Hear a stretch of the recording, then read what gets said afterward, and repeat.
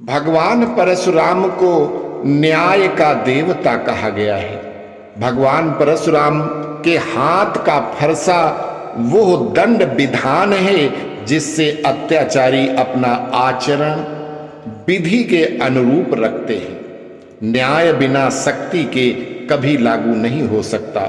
भगवान परशुराम की शक्ति के साथ अबद्धता न्याय स्थापित करने के लिए ही थी। उन्होंने अपने परशु द्वारा जीती हुई पृथ्वी कभी अपने उपभोग में नहीं रखी। न्याय का तकाजा यही है कि कभी उन्होंने उपभोग के लिए कोई धरती नहीं रखी और आप शक्ति के न्यासी होते हैं, मालिक नहीं। जब भगवान राम न्याय की रक्षा हेतु अवतरित हुए तो परशुराम जी ने अपनी शक्ति उनको हस्तांतरित कर दिया। न्याय का पहला हस्ताक्षर माता रेणुका पर लगे आक्षेप को मिटाने में हुआ। जब महर्षि जमदग्नि ने रेणुका का त्याग करने का निश्चय किया, बाकी पुत्र मां के साथ चले गए, जबकि पितृभक्त राम पिता के साथ ही रहे। रेणुका नंदन ने अपनी सेवा से पिता को माता से पुनः मिलाकर मातृ भक्ति का अनुपम उदाहरण पेश किया। अनुसुईया लोपामुद्रा से लेकर अंबा तक वो नारी को न्याय दिलाने के लिए हमेशा लड़ते रहे। सहस्त्रबाहु जब दत्तात्रेय द्वारा शक्ति मिलने के बाद दंभ में आकर अत्याचारी हो गया। रावण को हराने के बाद उसे लगा कि इस धरती पर केवल उसी का अधिकार है।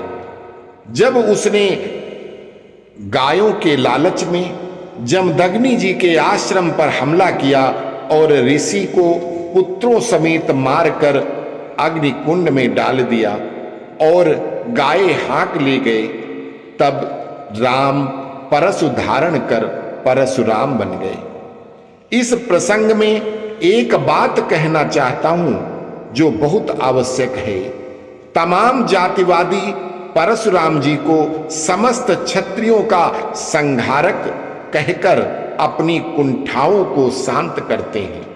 तमाम वामपंथी विधर्मी परशुराम के बहाने से ब्राह्मण क्षत्रिय को आपस में लड़ाते हैं। परशुराम का परशु न्याय स्थापना के लिए था। उन्होंने सहस्त्रबाहु का उसके हित मित्रों समेत संहार किया।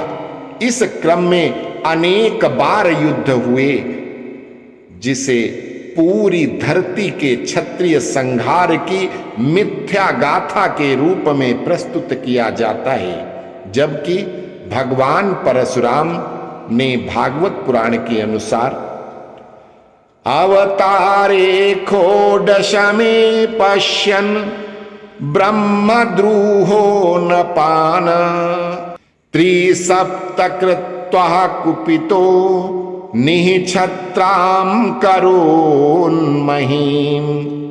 भागवत के अनुसार ब्राह्मणों के निज कर्म के विरोधी क्षत्रियों का 21 बार संहार किया।